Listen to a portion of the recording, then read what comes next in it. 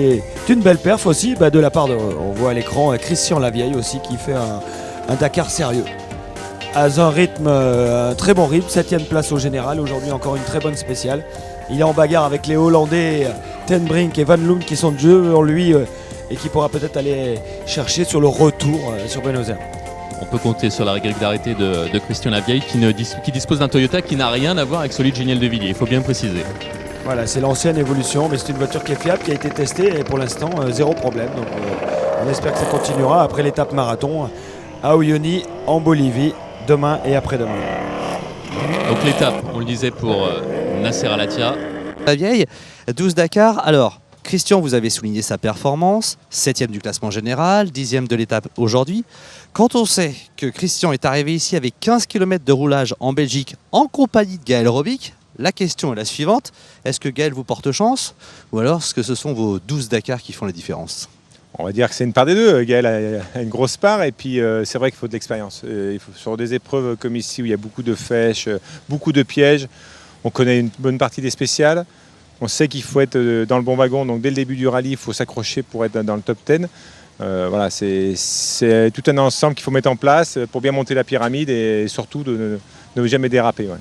Vous aviez peu de roulage en arrivant ici avec cette auto, mais c'est une auto en plus, on l'a souligné dans le résumé, qui n'est pas la dernière évolution de chez Toyota, c'est pas du tout celle de Giniel de Villiers, elle a un pont rigide. C'est une voiture solide. Oui, sa réputation d'une voiture fiable, costaude. On n'a pas pu rouler avant parce que les conditions météo étaient très mauvaises en Belgique, très mauvaises là où on était aussi en Argentine. Donc on a fait nos premiers kilomètres en off-road ici. Depuis, on a travaillé un petit peu, on a amélioré les suspensions, c'est beaucoup mieux. Bon, c'est une voiture très fiable, mais bon, il y a des limites à respecter, comme toute mécanique.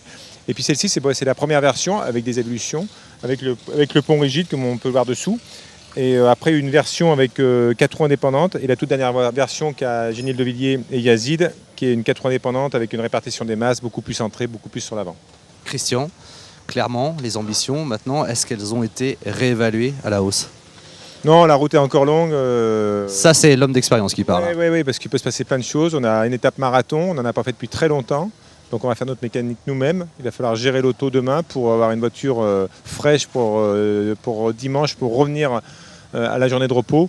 Donc ce soir, les mécaniciens vont y passer la nuit pour tout checker, tout réviser. Voilà, il faut.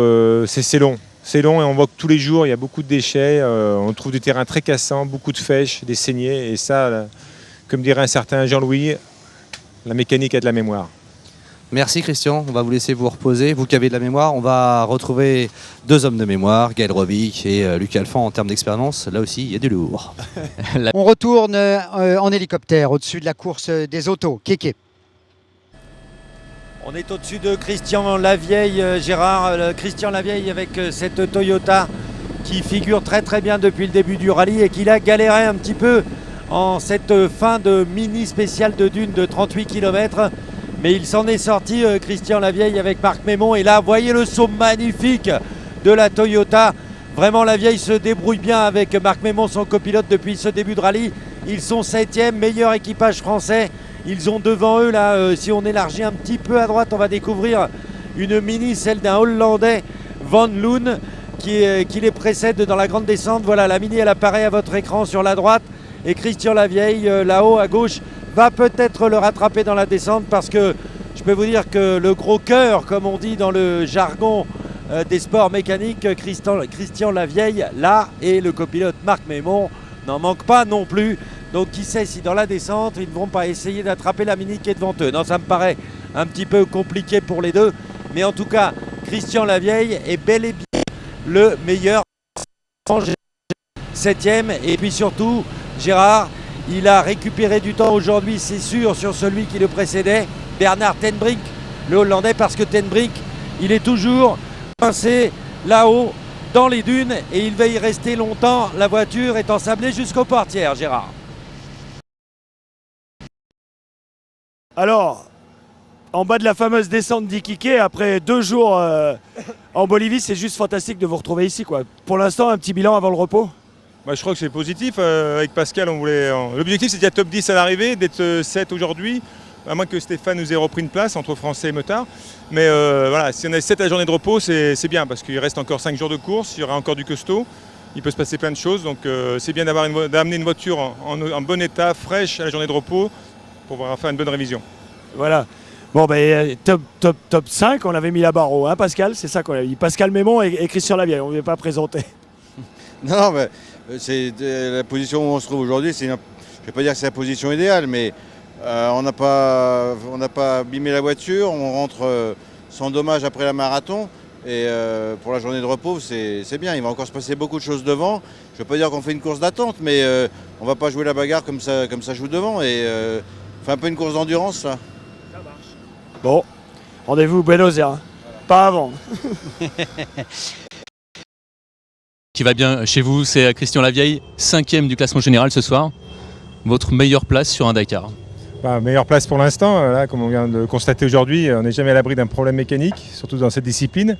Surtout que les mécaniques ont été quand même menées quand même à bout sur le début de la première semaine. Il reste quand même encore 450 km de spécial, donc la route est encore longue. Alors, vous êtes à 10 minutes du 4e. Et derrière vous, à 10 minutes, il y a également Van Loon derrière vous. Quelle stratégie adopter sur les 2 prochaines spéciales? J'ai déjà de conserver notre position, de ne pas faire d'erreur. Et puis on verra demain soir. On verra un peu plus tard demain soir. Demain, il y a 300 km. Ça va être assez rapide, c'est de la piste. On va rester vigilant. Et puis voilà, ça reste des sports mécaniques. Donc voilà. J'ai tellement perdu de course de 24 heures sur des problèmes mécaniques à la dernière heure ou dans les derniers quarts d'heure. Donc voilà, maintenant on verra à Buenos Aires. Merci messieurs. Alors... Il a senti l'air de Buenos Aires, il a fait une super spéciale. Un qui n'est pas ravi du tout, c'est Christian Lavieille. Parce qu'il était 5e au général et il a un peu loupé sa spéciale.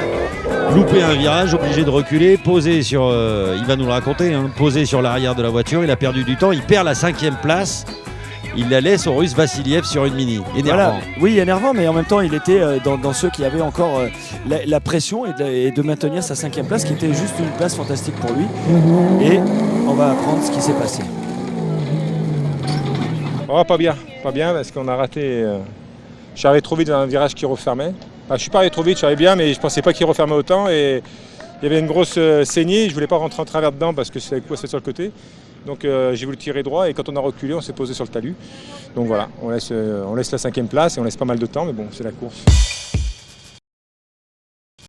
Il y a des roues de secours à l'arrière de ce véhicule qui a gardé une forme de pick-up, inspiré des pick-up Toyota. Donc lui, Christian Lavieille, a des roues de secours à l'arrière, alors que par exemple pour Giniel Devilliers, les roues de secours sont sous les sièges, ce qui représente une grosse différence d'équilibre et de tenue de route pour la voiture. Donc on va dire que celle de Giniel Devilliers est plus compétitive, mais Christian Lavieille, avec Pascal Mémon, ils sont 5e au général. Et je vous avoue que j'étais un petit peu inquiet parce que ça fait maintenant plus de 10 minutes que Vassiliev a passé la ligne d'arrivée. Et Vassiliev, figurez-vous que c'est le 6e au général et qu'il est sur les talons de Christian Lavieille. Alors, si Vassiliev récupère plus de 9 minutes aujourd'hui à Christian Lavieille, ce dont je doute, Vassiliev passera 5e, le Russe. Je pense que Christian Lavieille va conserver sa 5e place au général, mais ça va être tout juste parce qu'aujourd'hui, le Russe lui a repris pas mal de temps. Alors on bavardait avec les deux ce matin, Lavieille et Mémon, son copilote, et les deux étaient d'accord pour dire qu'il était surtout question maintenant de préserver cette place, mais attention, autant qu'aura fait Vassiliev, on aura le temps de regarder ça, de voir si Christian Lavieille perd la 5e place au général ou pas.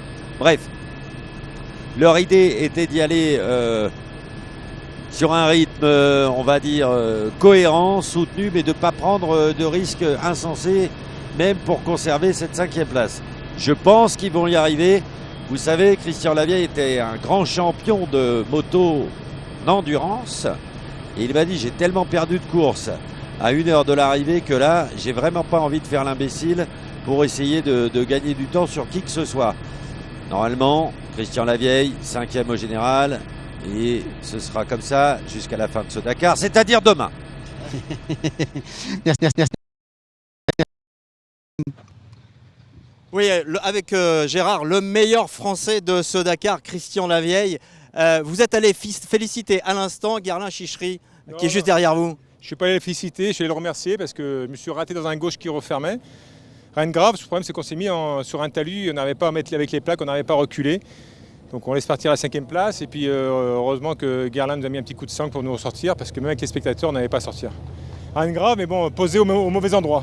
Il faut faire attention jusqu'au bout. Ouais non mais ça on le sait, je le sais et je fais rarement de conneries, c'est la première connerie que je fais sur tout le rallye. Et bon c'est la course, c'est comme ça. En plus on cherchait à assurer notre place et pas à en gagner. Là on a perdu une, c'est comme ça. Bon c'est pas terminé. Hein. Vous pensez reprendre un peu de main dans les 180 km de demain? Non, on ne reprendra rien du tout. On va essayer de conserver la 6e. Là, on a rétrogradé. Donc jusqu'à présent, on a gagné des places sur des erreurs de nos équipiers ou des problèmes mécaniques. Là, c'est moi qui ai fait une erreur. Il faut l'assumer. Un bon Dakar quand même. Oui, un bon Dakar. Oui. Mais bon, c'est pas terminé, comme j'ai déjà dit ce matin. Merci Christian. Merci. Ici, au-dessus de Technopolis. Mon ami Jean-François Kerkert, vous avez suivi la course auto. Vos impressions en résumé? Moi j'ai un petit coup de cœur pour la voiture qu'on voit là au pied du podium, c'est celle de Christian Lavieille et Pascal Mémon. Ils sont 6e au général, ils ont perdu leur 5e place hier en faisant une petite bêtise. Ils étaient 5e au général et hier ils l'ont perdu cette place là au profit de Vassiliev. Coup de cœur pour Lavieille et Pascal Mémon avec une voiture un tout petit peu moins performante que celles qui sont devant eux, donc c'est bien.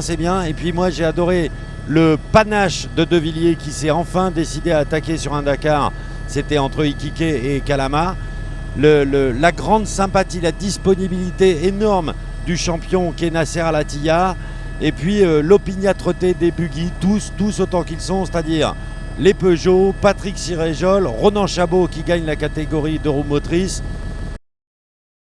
Et Gérard avec Christian Lavieille et Pascal Mémon. Alors Christian, 6e aujourd'hui, meilleur français, meilleur résultat pour vous. J'imagine que le bilan est extrêmement positif. Oui, on est comblé, on est ravis de notre course. On a fait une course qu'on souhaitait le faire, on voulait faire un top 10, voire top 5. Pascal a fait du bon boulot, toute l'équipe Toyota nous a préparé une très bonne auto. Après, on a eu chacun nos petits problèmes, comme avec l'équipage, mais bon, dans l'ensemble on est comblé. Ouais. Surtout qu'on est quand même avec une première version, pas une dernière version, et bon, maintenant on verra l'avenir. Une petite frustration de ne pas avoir accroché la 5e place, que ça s'est joué à pas grand-chose, une petite erreur hier. C'est vrai que quand on met le doigt sur la 5e place, quand on nous le retire, c'est toujours difficile. Mais on l'a perdu d'autres jours, la 5e place aussi, c'est pas que hier. Voilà, on a fait le maximum hier pour essayer de la conserver. J'ai fait une petite faute. Il y a eu d'autres erreurs qui ont été faites dans la semaine. C'est pas ici que ça s'est joué sur les 3 minutes. Voilà. Ça reste une performance exceptionnelle parce que cette voiture, le Toyota Hilux, qui est d'ancienne génération, vous le disiez, vous l'avez eu en main quasiment le jour du départ. J'ai fait 3 allers-retours dans un chemin avec un porte-bonheur qui s'appelle Gaël Robic. Et puis après, on a découvert vraiment sur le terrain avec Pascal ici. Et on a ajusté un petit peu les suspensions les 3-4 premiers jours. Mais dans l'ensemble, c'est une très bonne course et très positif. Ouais. Un mot sur le parcours. On a tourné beaucoup dans les endroits qui sont très très connus. Qu'est-ce que vous en pensez ? On a un petit peu tricoté sur ce qu'on connaissait. Par contre, la Bolivie était un pays qui est magnifique. On a eu un accueil très chaleureux.